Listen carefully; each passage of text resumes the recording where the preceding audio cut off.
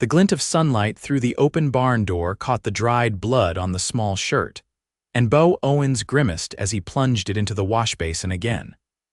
His calloused hands, more accustomed to ropes and reins than laundry soap, scrubbed awkwardly at the stubborn stain. 8-year-old Jimmy had taken another tumble, this time from the corral fence while watching the new foals. The boy was fine, all grins and excited chatter despite the scraped elbow, but his shirt had suffered worse fate. Beau's brow furrowed in concentration as he worked the fabric between his fingers. 3 years a widower with a growing boy to raise, and still he struggled with the simplest domestic tasks. Ranch work he understood: breaking horses, mending fences, tracking strays. But the finer points of running a household continued to elude him, making him feel as helpless as a newborn calf. "You're going to wear a hole clean through it if you keep it like that." The voice startled him. He hadn't heard anyone approach over his vigorous scrubbing. Turning, he found Katherine Whitaker standing in the doorway, her figure silhouetted against the bright June morning of 1878. She wore a simple calico dress, practical for the Wyoming territory, her auburn hair pulled back in a loose bun with errant strands framing her face. "Miss Whitaker," he acknowledged with a nod, embarrassment coloring his features as he continued to wrestle with the stained garment. "Just trying to get this blood out before it sets permanent." Katherine stepped forward, arms folded across her chest, a hint of amusement playing across her lips. She had arrived in Sweetwater Springs just 3 weeks prior to take the teaching position at the one-room schoolhouse, boarding with the widow Parker until she found more permanent lodgings. At 30, she'd left behind an assistant teaching post in Boston, drawn west by the promise of independence and adventure that the frontier offered women of determination. "Here," she said, crossing the space between them with confident strides, "that's not how you treat blood stains." Without waiting for permission, she took the shirt from his hands and examined it critically. "Cold water first, then soap. You've got it backward." Her eyes met his, and she added with gentle authority, "Go feed the horses, I'll handle this." Beau stood awkwardly for a moment, water dripping from his fingertips. "I don't mean to impose, Miss Whitaker. You being Jimmy's teacher don't make you responsible for his laundry." "I'm not doing it because I'm his teacher," she replied, already working the fabric in the fresh water she'd poured. "I'm doing it because you clearly need help, Mr. Owens. Now go on with those horses before they start making a ruckus. Jimmy tells me they get mighty impatient around feeding time." Beau hesitated, unaccustomed to surrendering control, even of something as simple as laundering his son's shirt. But there was something in Katherine's steady gaze that disarmed his pride. "Much obliged," he finally said, wiping his hands on his denims. "Jimmy should be back from collecting eggs any minute. I'll send him to help you when he returns." "We'll manage just fine," she assured him, her attention already on the task at hand. As Beau walked toward the stables, he found himself glancing back at the barn where Katherine worked. There was something about the schoolteacher that unsettled him, not in an unpleasant way, but in a manner that made him acutely aware of the empty spaces in his life that had gone unfilled since Marie's passing. The horses nickered in greeting as he entered the stable, the familiar smells of hay, leather, and horse flesh grounding him. As he measured out oats and filled troughs with fresh water, his mind kept circling back to Katherine Whitaker's unexpected presence on his property. Jimmy had spoken highly of his new teacher since the school term began, but Beau had only exchanged brief pleasantries with her after Sunday services or when collecting Jimmy from school on rainy days. "Pa, Pa." Jimmy's voice preceded the boy as he burst into the stable, a basket of eggs carefully held in front of him. "Miss Whitaker is here. She's fixing my shirt." Beau couldn't help but smile at his son's enthusiasm. Jimmy had his mother's eyes, warm brown and expressive, but Beau's unruly dark hair and stubborn chin. "I know, son. She offered to help while I tended to the horses. She says she's making cornbread too. Said she noticed our flour bin was near empty when she passed the kitchen window, but you had plenty of cornmeal." Jimmy bounced on his toes, nearly upsetting the egg basket. "Can she stay for supper, Pa, please?" Beau steadied the basket. "Careful with those eggs, son. And it's not proper to invite a lady to supper without preparing proper." "But Pa, why don't you take those eggs to the house and help Miss Whitaker if she needs it?" Beau interjected, ruffling his son's hair. "I'll finish with the horses and be along shortly." As Jimmy scampered off, Beau returned to his chores, wondering how Katherine Whitaker had so quickly inserted herself into their routine. He wasn't sure whether to feel grateful for the help or wary of becoming dependent on it. The last 3 years had been about self-sufficiency, about proving perhaps more to himself than anyone else that he could raise Jimmy properly without a woman's touch. By the time Beau finished with the horses and made his way back to the house, the aroma of cornbread baking greeted him. He paused at the door, brushing hay from his clothing and running a hand through his hair before stepping inside. The kitchen was transformed. Jimmy's shirt hung drying near the stove, the bloodstain nothing but a faint shadow on the fabric. The table was set for 3 and Katherine stood at the stove, showing Jimmy how to stir a pot of beans without splattering. "Remember to move the spoon in a figure 8, she was saying. "That way you get all the beans from the bottom without making a mess. Like this." Jimmy asked, his face screwed up in concentration. "Perfect," she praised. "You're a natural cook, Jimmy Owens."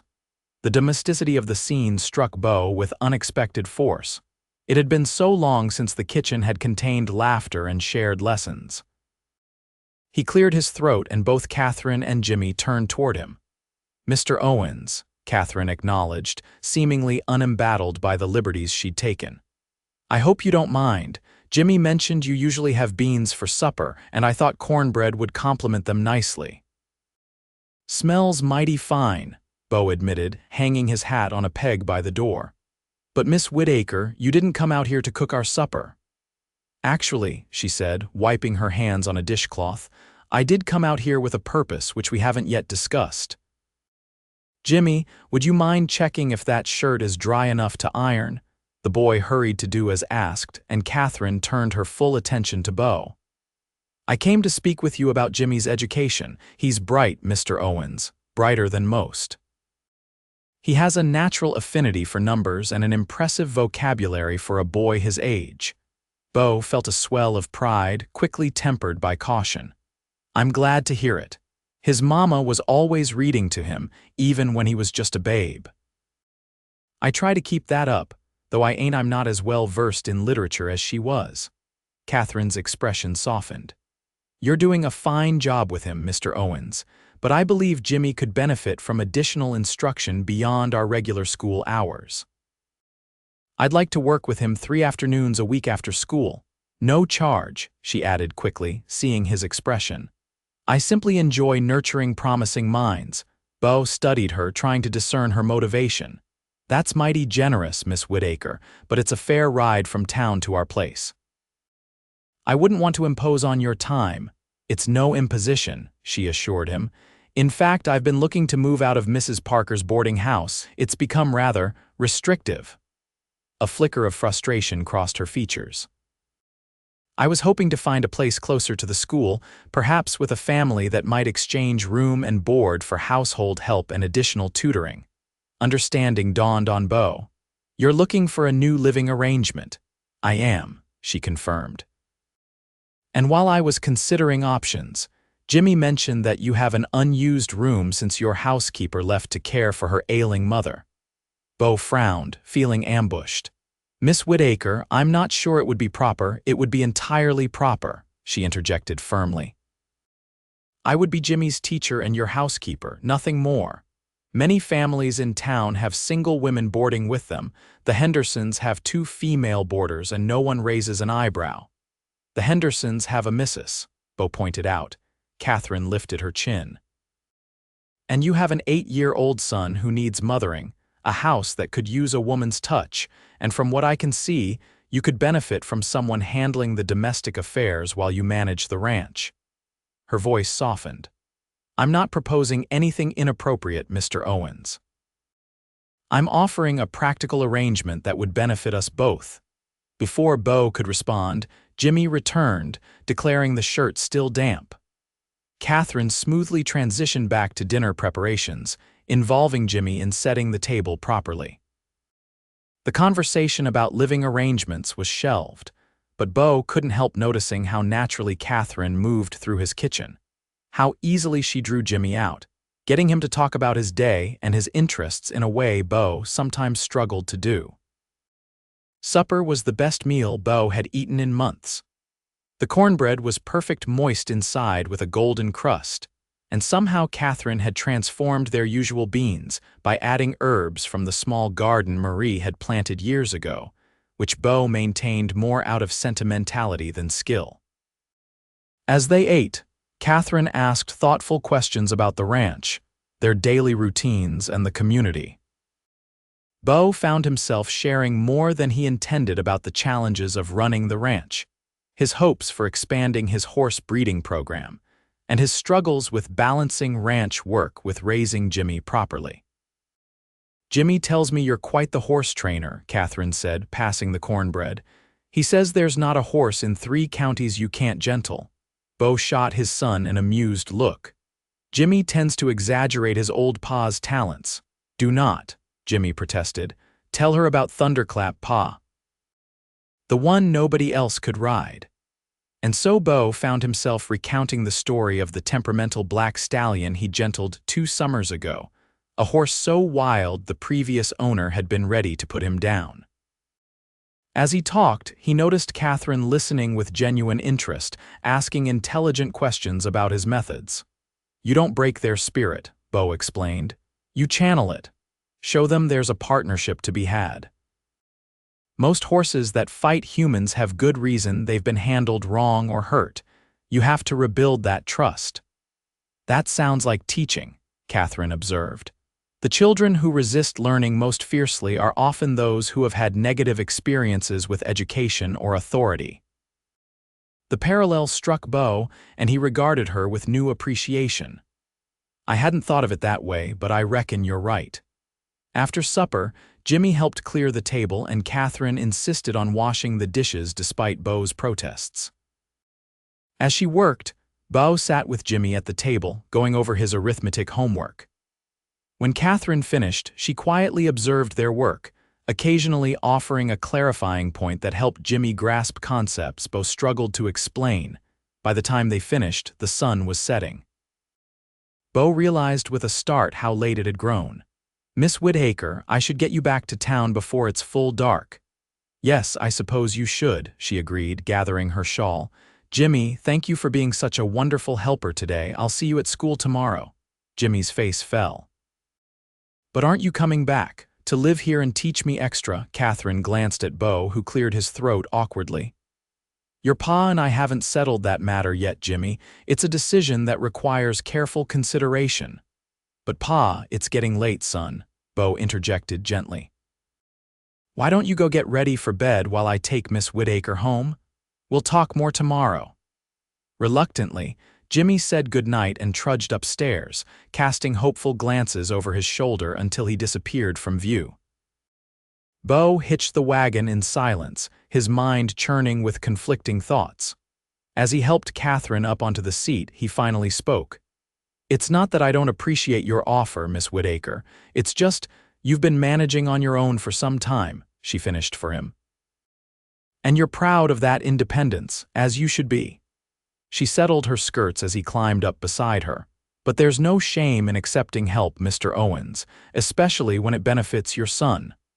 The ride to town was quiet, the cooling evening air carrying the scents of sage and dust.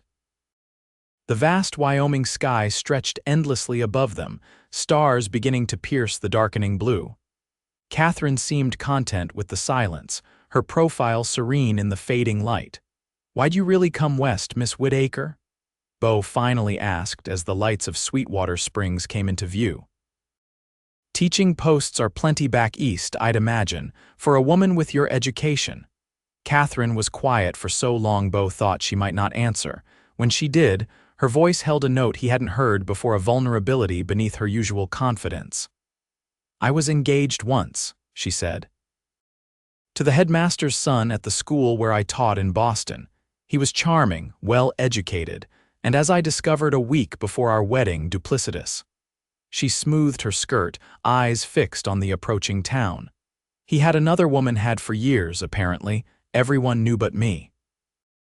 Beau tightened his grip on the reins, unexpected anger rising on her behalf.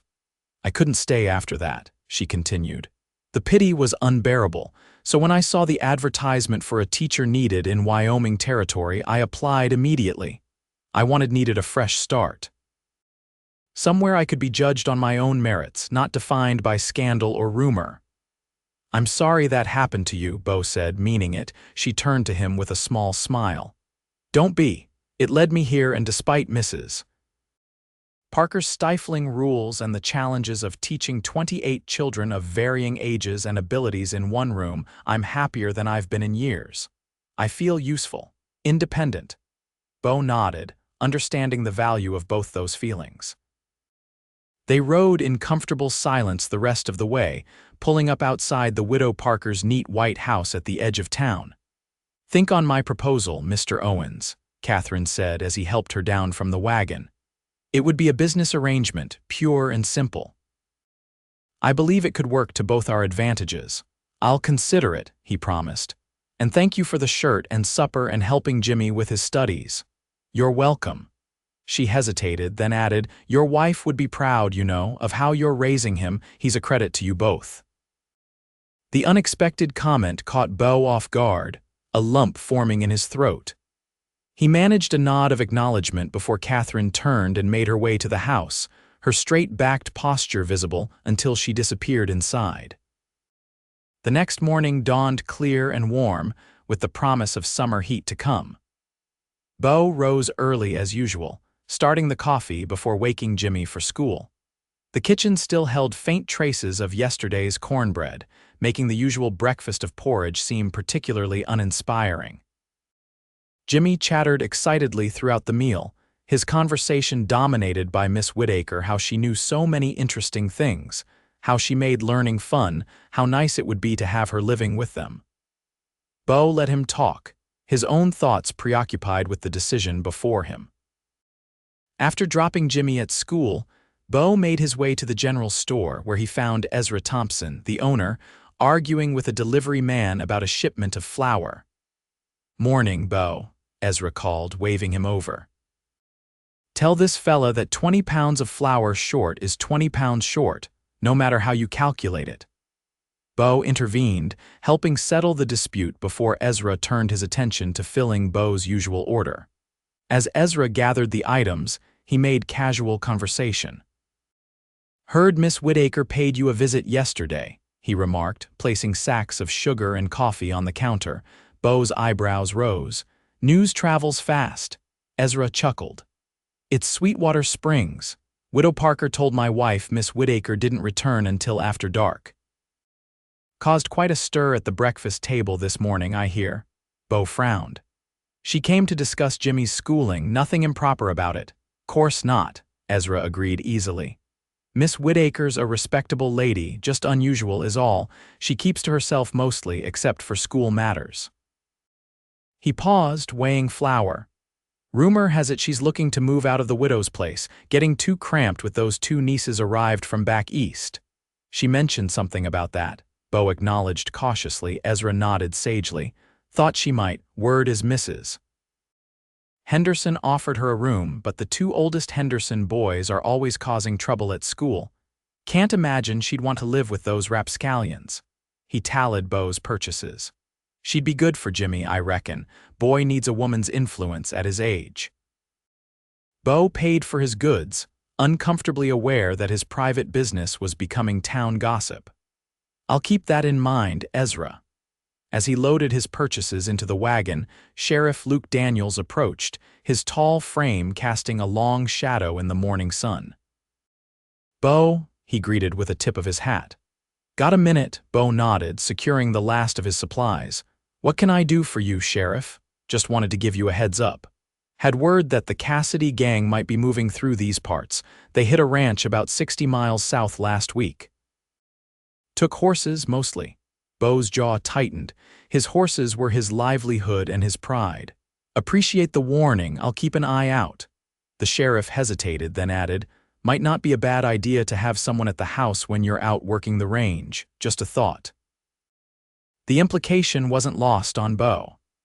As he drove home, the sheriff's words mingled with Ezra's comments, Katherine's proposal, and Jimmy's enthusiasm.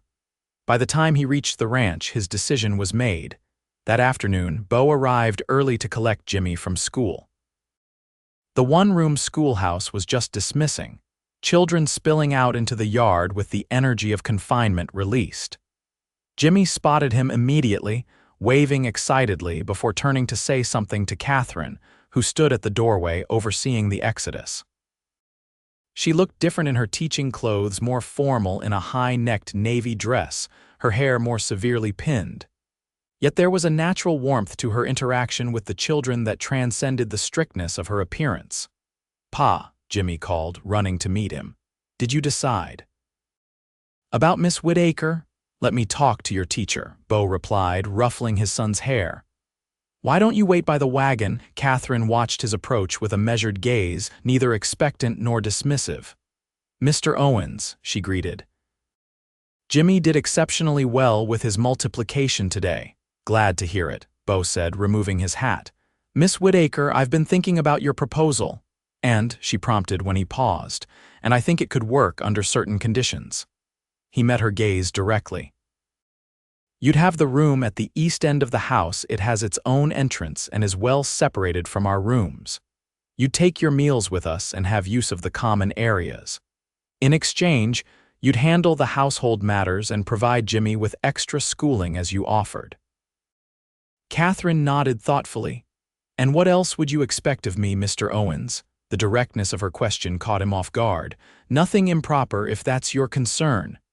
"It isn't," she replied calmly, "but I'd like clarity on my responsibilities." "Would you expect me to help with ranch work, to be available at all hours? Would I have time to myself?" Beau considered these reasonable questions. "I wouldn't expect you to do ranch work beyond maybe tending that garden if you've a mind to. Sundays would be your own, of course. And I'd want you to feel free to use the library. It was my late wife's pride, and it's gone too neglected these past years." A smile touched Katherine's lips at the mention of the library. "Those terms sound fair. When would you like me to move in?" "Saturday," he suggested. "Give you time to settle before school on Monday." "Saturday it is." She extended her hand formally. "I believe this arrangement will benefit us all, Mr. Owens." As Beau shook her hand, he was struck by the peculiar feeling that his life had just changed course, like a river diverted by a new channel cut into the land. Whether it would lead to fertile fields or dangerous rapids remained to be seen. The news spread quickly through Sweetwater Springs. By Thursday, Beau had fielded comments ranging from congratulatory to cautionary, with a few disapproving glances from the town's more conservative matrons. Sheriff Daniels had clapped him on the shoulder with approval, while Pastor Roberts had pulled him aside after a chance meeting to remind him of the importance of propriety and good example. Saturday dawned clear and bright. Beau and Jimmy spent the morning preparing the East Room, airing out linens that had been stored away, dusting furniture, and making sure the small stove in the corner was in working order for the cooler months ahead. "Do you think Miss Whitaker will like it, Pa?" Jimmy asked, bouncing on the freshly made bed despite Beau's disapproving look. "I'm sure she'll be grateful to have her own space," Beau replied, adjusting the curtains Marie had sewn years ago, simple white cotton that softened the room's plain furnishings. They collected Katherine at noon. Her belongings were modest: 2 trunks, a small writing desk, and several crates of books. The widow Parker's farewell was perfunctory, though her curious gaze followed them as they loaded Katherine's possessions into the wagon. "Not much to show for 30 years of life," Katherine commented as they pulled away, nodding toward her belongings. "Sometimes less is more," Beau observed. "Especially when you're starting fresh." Katherine settled into the ranch with surprising ease. By Sunday evening, her books lined the shelves in the main room's bookcase, blending with Marie's collection as if they'd always belonged there. She'd rearranged the kitchen to be more efficient, mended curtains that had hung askew for months, and even managed to salvage Marie's neglected herb garden, identifying plants Beau had assumed were weeds. Monday established their new routine. Beau rose first, starting the coffee before heading to the barn for early chores. By the time he returned, Katherine had breakfast prepared, nothing fancy, but hot and satisfying, and Jimmy dressed and ready for school. They rode into town together, Katherine and Jimmy discussing the day's lessons while Beau listened, content to observe their easy rapport. The following weeks fell into a rhythm. Katherine proved herself both capable and unobtrusive, managing the household with quiet efficiency while respecting the routines Beau and Jimmy had established. 3 afternoons a week, she worked with Jimmy on advanced mathematics and reading, nurturing his natural curiosity and intelligence in ways Beau recognized he couldn't provide. In the evenings, they often gathered in the main room, Jimmy with his homework, Katherine with her lesson plans or mending, Beau with ranch accounts or a book. The domesticity of these evenings stirred complex emotions in Beau. There was comfort in the arrangement, yes, but also an acute awareness of what was missing: the deeper connection of true partnership, the shared glances of mutual understanding, the casual touch of affection. As June mellowed into July, Beau found himself watching Katherine when she wasn't looking, noticing the grace of her movements, the expressiveness of her hands when she spoke, the way sunlight caught auburn highlights in her hair. These observations made him uncomfortable, a betrayal of both their business arrangement and Marie's memory. Yet he couldn't deny that Katherine's presence had transformed their home. Jimmy flourished under her guidance, his natural intelligence channeled and challenged. The house itself seemed brighter, more alive. And Beau found himself looking forward to evenings at home in a way he hadn't since Marie's passing. One particularly hot afternoon in late July, Beau returned from working with a new mare to find the house unusually quiet. Katherine's usual preparations for supper were absent, and Jimmy wasn't at his customary place at the kitchen table with his books, concern mounting. Beau checked first the barn, then the corral, before hearing laughter from the direction of the creek that ran along the western edge of the property. Following the sound, he came upon a scene that stopped him in his tracks. Katherine and Jimmy sat on the creek bank, fishing poles in hand, their feet dangling in the water. Jimmy was recounting some elaborate tale, his free hand gesturing wildly, while Katherine listened with undisguised delight, her hair loosened from its usual pins and falling in waves down her back. The tableau struck Beau with unexpected force, not just its beauty, but its rightness. This was what Jimmy deserved, what Beau himself had been missing without fully acknowledging it: the simple joy of shared moments, of family. As if sensing his presence, Katherine turned, catching him watching them. Instead of embarrassment, her expression held a quiet invitation. "Join us." Jimmy's convinced there's a monster catfish just waiting to be caught. "Biggest one ever, Pa," Jimmy confirmed excitedly. "Miss Whitaker says we can cook it for supper if we catch it." Beau hesitated only briefly before removing his boots and rolling up his trouser legs. As he settled beside them on the bank, accepting a spare fishing pole from Katherine's hands, something shifted inside him, a recognition that perhaps there was room in his heart for new beginnings without diminishing what came before. They didn't catch the monster catfish that day, but they returned to the house with smaller fish enough for a satisfying meal, prepared by Katherine with herbs from the garden and cornmeal for coating. The simple pleasure of that evening, the shared meal, Jimmy's animated storytelling, Katherine's quiet competence settled into Beau's consciousness as something precious. As July faded into August, bringing with it the intense dry heat of high summer, the ranch's routine adjusted accordingly. Beau moved his work with the horses to early mornings and evenings, avoiding the worst midday sun. Katherine took to conducting Jimmy's lessons on the shaded porch, where occasional breezes made the heat more bearable. It was during one such afternoon lesson that trouble arrived in the form of 3 dust-covered riders approaching the ranch house. Beau was in the barn, cleaning tack, when he heard Katherine's voice call his name with unusual urgency. By the time he reached the porch, the riders had dismounted. 2 remained by their horses, while the third, a tall man with a weathered face partially obscured by a graying beard, stood at the bottom of the porch steps. Katherine stood in the doorway, one hand on Jimmy's shoulder, keeping him firmly behind her. "Afternoon," the stranger greeted, his tone cordial enough though his eyes were cold as they assessed Beau. "Hope we're not intruding, just passing through and thought we might water our horses." Something in the man's manner raised Beau's hackles, but frontier hospitality demanded certain courtesies. "Water trough is by the barn," he said, nodding in that direction. "Help yourselves." The man touched the brim of his hat in acknowledgement. "Much obliged, been a long ride." His gaze shifted to Katherine, lingering in a way that made Beau step forward instinctively. "You folks been here long enough," Beau replied curtly. "Where you headed?" "North," the man said vaguely. "Got business in those parts." One of the other men led the horses toward the water trough, while the third remained mounted, his eyes constantly scanning the property in a manner that spoke of watchfulness rather than curiosity. "That's fine horseflesh you've got in that corral," the bearded man commented, nodding toward where Beau's prized breeding stock grazed.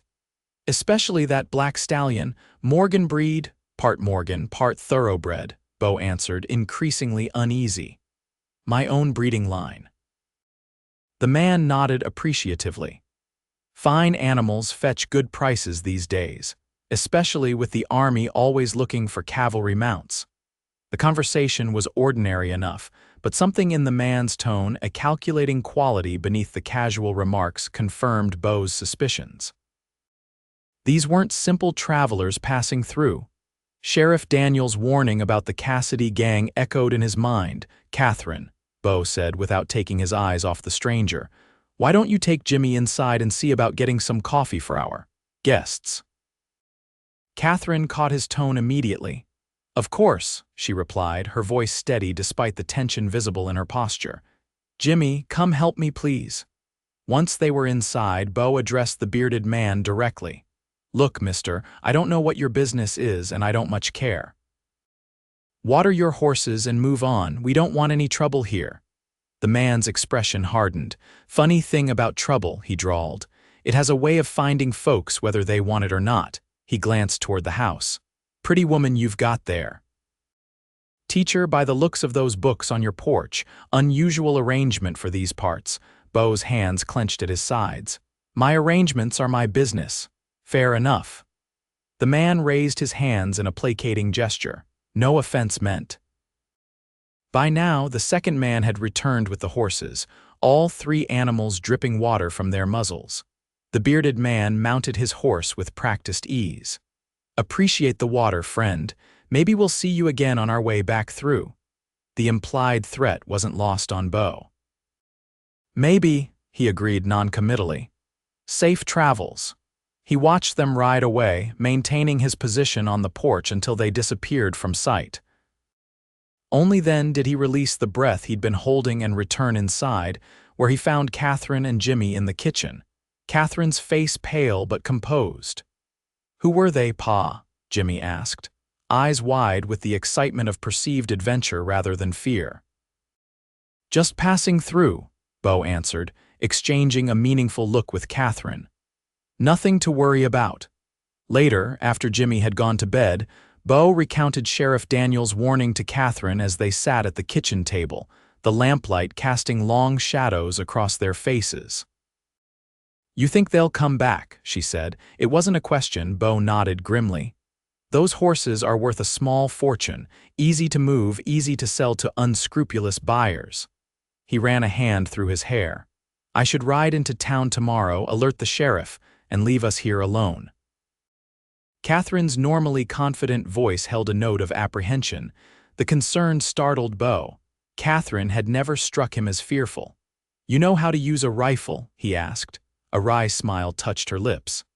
"I've been in Wyoming territory for nearly 4 months, Mr. Owens. I made it a point to learn." Something about her matter-of-fact competence stirred an unexpected warmth in Beau's chest. "Then yes, I'll ride to town at first light. With luck, I'll be back by midday." Katherine nodded, her features resolute in the lamplight. "We'll manage until then."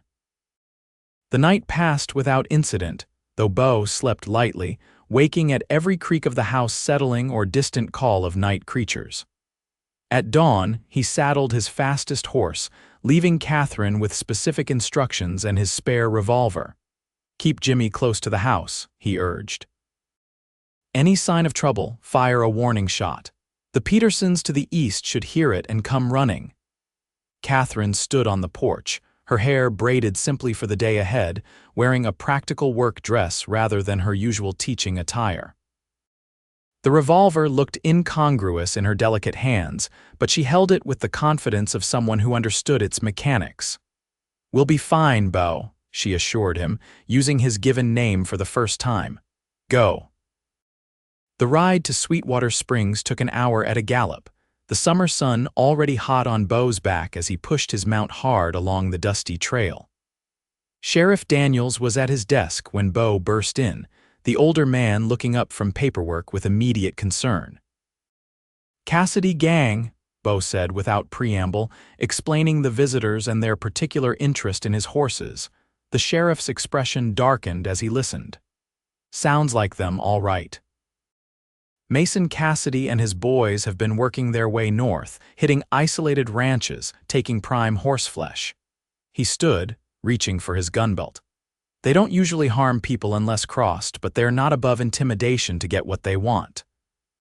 "They'll be back," Beau stated with certainty. "Most likely," the sheriff agreed grimly.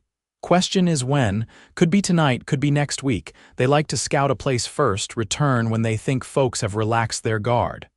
He adjusted his hat. "I'll round up some deputies, set up a patrol. In the meantime, you'd best get back to your place. Woman and child alone, that's too tempting a target, especially with Cassidy having seen Miss Whitaker." Cold fear gripped Beau at the implication. He'd been so focused on the threat to his horses that he hadn't fully considered the danger to Katherine and Jimmy. "I'm heading back now," he said, already moving toward the door. "I'll be right behind you with men," the sheriff called after him. "Don't try to handle this alone, Beau." But Beau was already gone, mounting his horse with a fluid motion born of urgency rather than grace. The return journey seemed agonizingly slow despite pushing his horse to its limits, every bend in the trail bringing fresh anxiety until finally the ranch came into view. Relief flooded him as he spotted Katherine hanging laundry in the yard, Jimmy helping her by handing up clothespins. The domestic scene was so ordinary, so peaceful, that for a moment Beau wondered if he'd overreacted. Then he noticed Katherine's posture alert, vigilant, and the rifle leaning against the clothesline post within easy reach. She turned as he approached, her face relaxing fractionally at the sight of him. "Any news?" she called as he dismounted. "Sheriff's coming with men," Beau replied, leading his horse to water. "Seems our visitors match the description of the Cassidy gang." Katherine nodded, her expression grave as she pinned up one of Jimmy's shirts. "I thought as much. They had that look about them." "What look is that?" Beau asked, curious about her perception. She considered for a moment. "Calculating, assessing, like they were taking inventory rather than simply passing through." She glanced at Jimmy, who was chasing a butterfly nearby, blissfully unaware of adult concerns. "I've kept him close as you asked." "You've done well," Beau acknowledged, genuinely impressed by her composure. Many women and plenty of men would have been rattled by the threat hanging over them, but Katherine maintained a practical calm that both reassured and intrigued him. They spent the afternoon making preparations, checking ammunition, securing valuable items, discussing contingency plans. By sunset, Sheriff Daniels had arrived with 3 deputies, setting up positions around the property with clear sight lines to the house, barn, and corrals. "We'll stay out of sight," the sheriff explained as they gathered in the kitchen. If they come, they'll likely do so thinking the place is vulnerable. Element of surprise is our best advantage. Night fell with tense anticipation. Jimmy was sent to bed early despite his protests, Katherine sitting with him until he fell asleep. When she returned to the kitchen, she found Beau cleaning his rifle with methodical precision. He finally dropped off, she reported, sinking into a chair across from him. All this excitement has him wound up like a spring. Beau nodded, not looking up from his task. He gets that from his mother.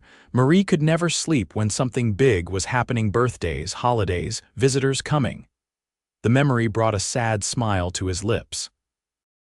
Used to drive me crazy, her pacing the floor half the night. It was the first time he'd mentioned Marie so directly to Katherine, who remained silent, allowing him the space to continue if he chose. After a moment, he did.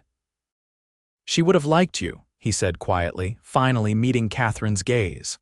"Marie always valued education. She'd be pleased to see how you're nurturing Jimmy's mind." "She sounds like a remarkable woman," Katherine replied, her voice soft with genuine respect. "She was," Beau agreed. "And losing her nearly broke me. But having Jimmy," his voice caught, and he cleared his throat. "Having Jimmy meant I had to keep going, keep trying to build something good for him." Katherine reached across the table, her hand covering his briefly in a gesture of understanding. "You've done that, Beau. Jimmy is thriving. He's kind, intelligent, curious about the world. Those qualities don't develop by accident." The simple validation eased something in Beau's chest, a tightness he hadn't fully acknowledged. Before he could respond, a low whistle from outside signaled movement on the property.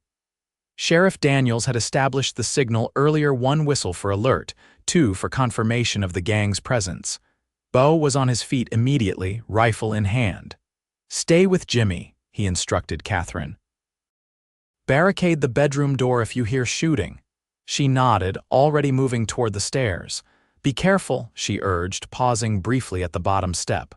"This ranch needs you. Jimmy needs you." The unspoken addition "I need you" hung in the air between them, neither acknowledging it aloud but both feeling its weight before Katherine hurried upstairs, and Beau moved to his position by the front window. For several tense minutes, nothing happened. Then came a second whistle, followed shortly by the distinct sound of horses approaching at a walk, trying for stealth, but betrayed by the occasional clink of metal or soft nicker. Beau peered through the curtain. In the dim moonlight, he could make out 5 riders approaching the barn, moving with the confidence of men who believed they had the advantage of surprise. 5, not 3. They'd brought reinforcements. The sheriff's plan was to wait until the gang was fully committed to the theft before revealing themselves, catching the thieves in the act rather than merely on suspicion. Beau watched, muscles taut with anticipation, as the riders dismounted near the corral. 2 headed for the barn while the others began working on the corral gate. From his vantage point, Beau recognized the bearded man, Mason Cassidy himself, directing operations with the calm efficiency of someone who had performed this routine many times before. The sight of the outlaw so casually preparing to steal the horses Beau had spent years breeding and training filled him with cold anger. The moment came when Sheriff Daniels stepped from the shadows, his deputies revealing themselves simultaneously at strategic points surrounding the thieves. "That's far enough, Cassidy," the sheriff called, his voice carrying clearly in the night air. "You and your boys drop those weapons and raise your hands." What happened next unfolded with the chaotic speed of most violence. Rather than surrender, the Cassidy gang scattered, drawing weapons as they sought cover. Gunfire erupted from multiple directions, muzzle flashes briefly illuminating the scene in stark bursts of light.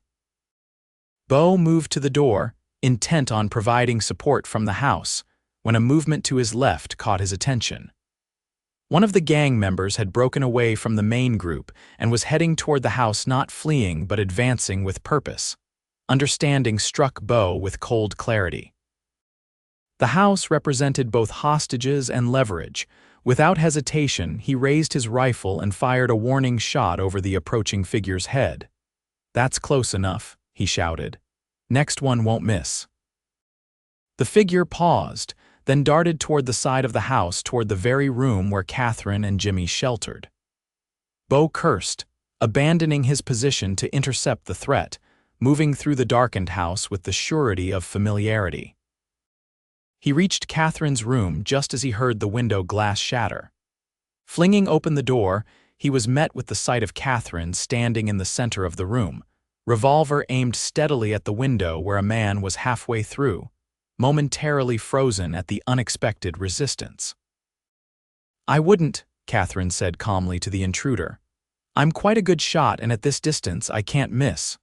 Beau moved to her side, his own rifle trained on the would-be invader. "Back out slow," he ordered, "or the lady will demonstrate her marksmanship."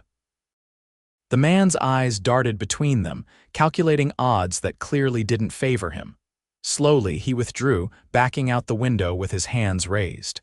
Beau crossed quickly to the window, keeping his rifle trained on the retreating figure until he was clear of the house. "You all right?" he asked Katherine without taking his eyes from the window. "Fine," she replied, her voice remarkably steady despite the circumstances.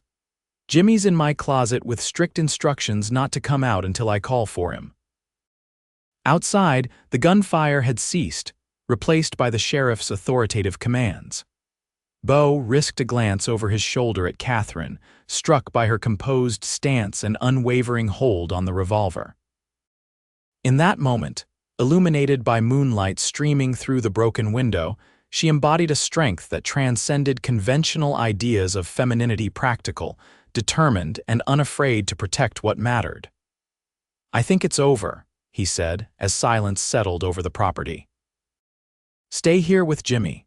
I'll check on the situation," Katherine nodded, finally lowering the revolver.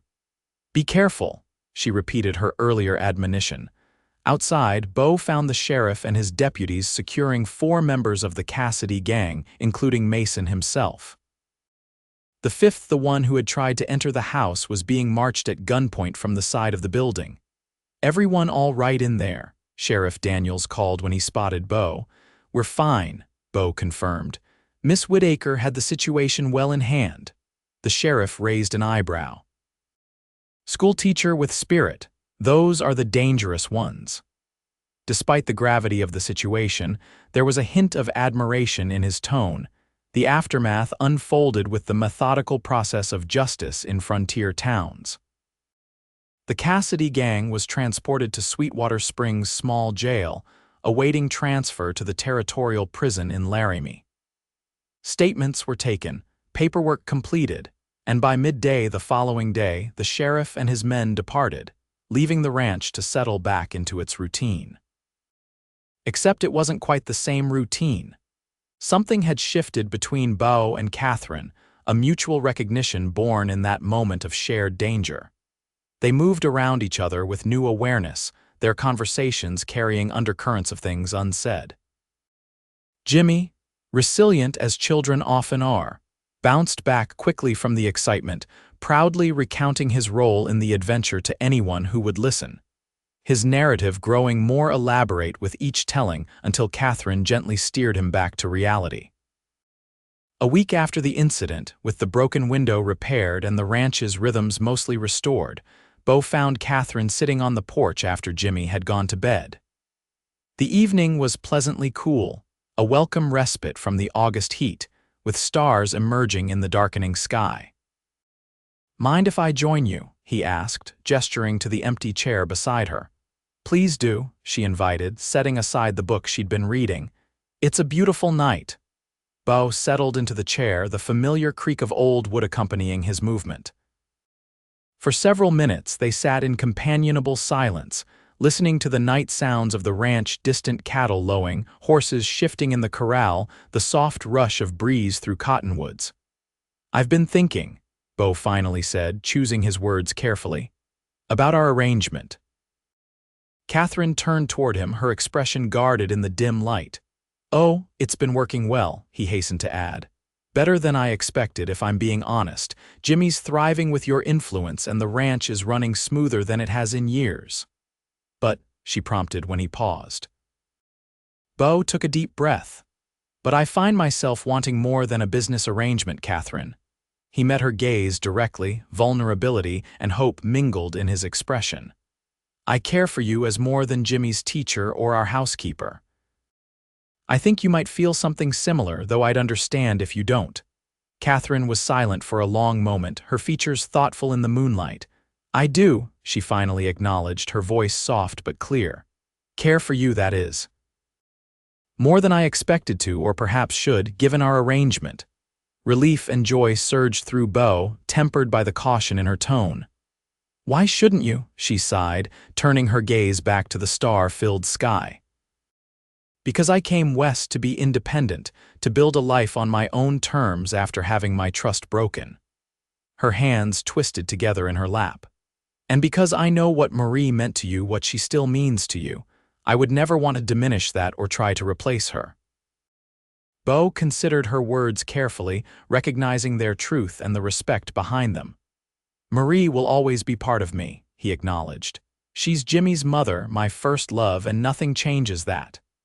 He reached across the space between them, gently covering her restless hands with one of his. But loving again doesn't dishonor what we had. I hope she'd be happy to see us finding joy again. Katherine turned her hand beneath his, their fingers intertwining in a simple gesture that nonetheless felt momentous. What are you proposing, Beau Owens? She asked, a hint of her usual directness returning. A courtship, he replied honestly. Proper and respectable. I want to know you beyond our daily interactions, your hopes, your dreams, what makes you laugh and what makes you angry. And I want you to know me not just as Jimmy's father or a rancher, but as the man I am and the man I hope to be. A smile curved Katherine's lips, visible even in the dim porch light. I believe I'd like that very much. September brought cooler temperatures, and the resumption of more formal schooling hours as summer's freedom gave way to autumn's structure. Katherine and Beau's courtship progressed with the measured pace of people who had both experienced loss and understood the value of building a solid foundation. They rode together on Sundays after church, sometimes with Jimmy, sometimes alone when he stayed with the Peterson children. They shared stories of their pasts, Katherine's childhood in Massachusetts as the daughter of a professor. Beau's upbringing on a small farm in Missouri before the war pulled his family apart and eventually led him west, seeking a fresh start. October painted the landscape in golds and russets, the cottonwoods along the creek blazing yellow against the blue Wyoming sky. On a particularly fine Saturday, Beau suggested a picnic by the creek, surprising Katherine with a basket already prepared when she finished her morning chores. Jimmy's spending the day with the Petersons, he explained as they walked toward their favorite spot. Thomas Peterson got a new fishing pole and promised to teach Jimmy some fancy casting technique. How convenient, Katherine teased, her arm linked comfortably with his. Almost as if you planned it. Maybe I did, Beau admitted with a smile, enjoying the way the autumn sunlight brought out the auburn highlights in her hair. A man's entitled to want some time alone with his lady. The phrase, his lady, brought a pleased flush to Katherine's cheeks. At the creek, they spread a blanket beneath a cottonwood, the ground carpeted with fallen leaves that rustled satisfyingly with every movement. As they ate the simple meal of fried chicken, biscuits, and apple pie that Beau had prepared with Jimmy's help, Katherine couldn't help but reflect on how much had changed in the months since she'd arrived in Wyoming. The independent life she'd sought had materialized, but in a form she never anticipated, not solitary self-reliance, but interdependence with people who had become precious to her. What are you thinking? Beau asked, noting her thoughtful expression. Katherine smiled, tucking a strand of hair behind her ear. About journeys, how they rarely lead where we expect. Regrets, he asked, a hint of vulnerability in his tone. Not one, she assured him firmly. My journey led me here, to you and Jimmy, to this ranch and this community. I can't imagine being anywhere else now. Beau's expression softened with emotion. He reached into his pocket, withdrawing a small object that caught the sunlight as he held it between them. I've been carrying this around for 2 weeks now, waiting for the right moment, he said, his voice husky with feeling. I think this might be it. In his palm lay a ring, a delicate gold band set with a small pearl surrounded by tiny garnets. It wasn't new or ostentatious, but it held obvious significance. It was my grandmother's, Beau explained, watching Catherine's expression carefully. My mother gave it to me before she passed, said to save it for when I found a woman strong enough to build a life out here, smart enough to know her own mind, and kind enough to love a boy who needed mothering. Catherine's breath caught as the implication of his words registered. Beau. I love you, Katherine, he said simply. And Jimmy loves you. We both want you to be part of our family, not as our teacher or housekeeper, but as my wife and his mother, if you'll have us. Tears welled in Catherine's eyes, but her smile was radiant as she met his gaze. Yes, she whispered. Yes, I'll have you, both of you. Beau slipped the ring onto her finger where it sat as though made for her hand. Then he drew her into his arms, his kiss conveying everything words couldn't express: gratitude, hope, and the promise of a shared future. They were married in November, a simple ceremony in Sweetwater Springs' white-steepled church with the entire town in attendance. Jimmy stood proudly beside his father, responsible for the rings and beaming with happiness at gaining a mother in truth as well as in practice. As winter settled over the ranch, bringing short days and long evenings gathered around the hearth, the three of them formed new traditions while honoring old ones. Katherine hung Marie's cherished Christmas decorations alongside ones she and Jimmy crafted together. Beau read aloud from Marie's favorite book of poetry on the anniversary of her passing, a moment of remembrance that Katherine encouraged rather than resented. Their first Christmas as a family brought a special announcement: Katherine was expecting a child in early summer. Jimmy's excitement at the prospect of becoming a big brother surpassed even Beau's joy, the boy immediately beginning plans for all he would teach his new sibling about horses, fishing, and the important skill of catching frogs. Spring arrived with its usual Wyoming vigor, sudden snowstorms giving way to brilliant sunshine, followed by drenching rains that turned the rangeland a vibrant green. The ranch prospered under Beau's management, his breeding program gaining recognition that brought buyers from as far as Denver and Salt Lake City. Katherine continued teaching until May, when her advancing pregnancy made the daily ride to town too uncomfortable. The school board appointed a temporary replacement, with the understanding that Katherine would return in the fall if she chose, or continue tutoring Jimmy and neighboring children at the ranch. June brought warm days and Katherine's increasing anticipation as her time drew near. Beau found himself both excited and terrified, memories of Marie's difficult childbirth with Jimmy surfacing despite his efforts to focus on the present. On a particularly warm afternoon, Beau was in the barn when Jimmy came running in, face flushed with excitement and concern. Pa. Ma says it's time, the baby's coming. Beau's heart leaped to his throat. He'd sent for the midwife that morning when Katherine had mentioned feeling different, but Mrs. Peterson hadn't yet arrived. Stay calm, son, he instructed, though his own pulse was racing. Run to the Peterson place and make sure Mrs. Peterson is on her way. Then come straight back, you hear? As Jimmy dashed off, Beau hurried to the house, finding Katherine pacing slowly in their bedroom, one hand supporting her back, her face composed despite the tension visible around her eyes. The midwife's coming, he assured her, crossing to take her free hand. Jimmy's gone to hurry her along. Katherine nodded, squeezing his hand as a contraction tightened her features. This little one seems eager to meet us, she said when the pain had passed. Your daughter has your impatience. Daughter? Beau questioned, helping her to the bed. You sound certain, Katherine smiled mysteriously, just a feeling. She'll have your eyes and my stubborn chin. The labor progressed rapidly, Mrs. Peterson arriving just in time to take charge of the delivery while Beau paced the kitchen, Jimmy watching him with wide eyes from the table where he was supposedly working on arithmetic problems. "Is Ma going to be all right?" the boy finally asked, the question revealing his deepest fear. Beau stopped his pacing, recognizing the echo of his own anxiety in his son's face. "Yes," he said with more confidence than he felt.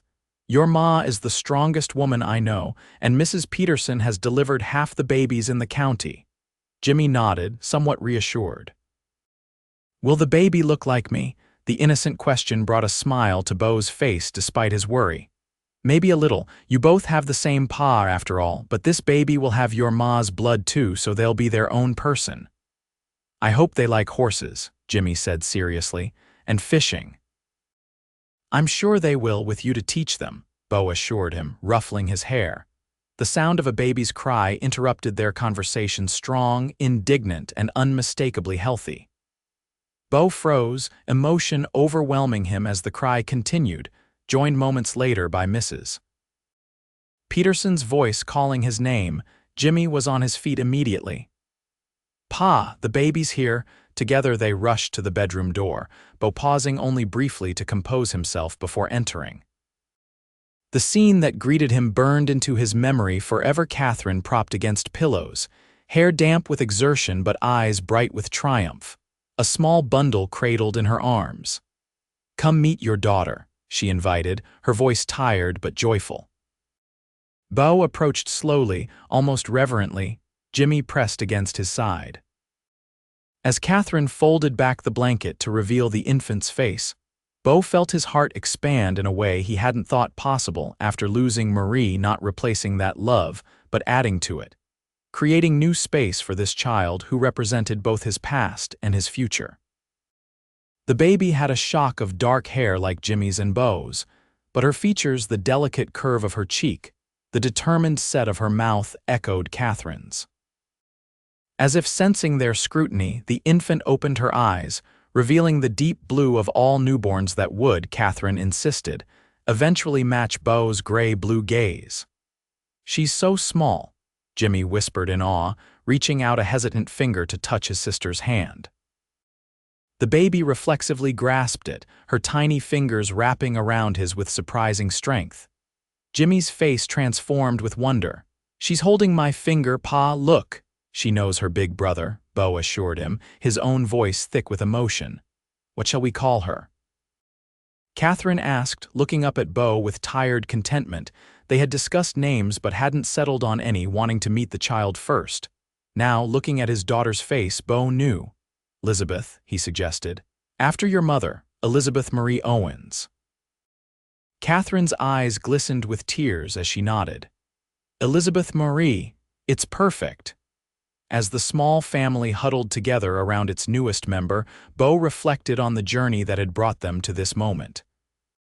From a lonely widower struggling to wash his son's shirt to the father of 2 children with a wife, he adored a transformation that began with a simple act of kindness, and Katherine's confident instruction to go feed the horses while she took over his domestic struggle.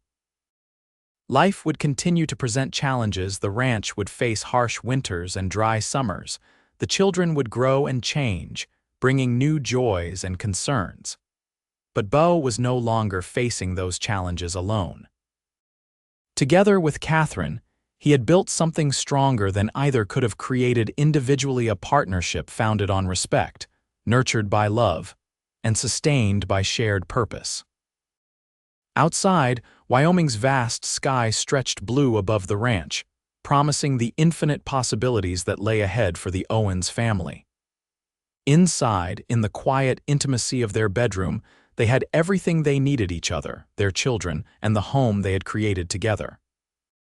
As Elizabeth drifted to sleep in Katherine's arms and Jimmy leaned drowsily against Beau's side, Beau met his wife's gaze over their children's heads. No words were necessary between them, just the quiet acknowledgement of how far they had come and the blessed certainty that, whatever the future held, they would face it together.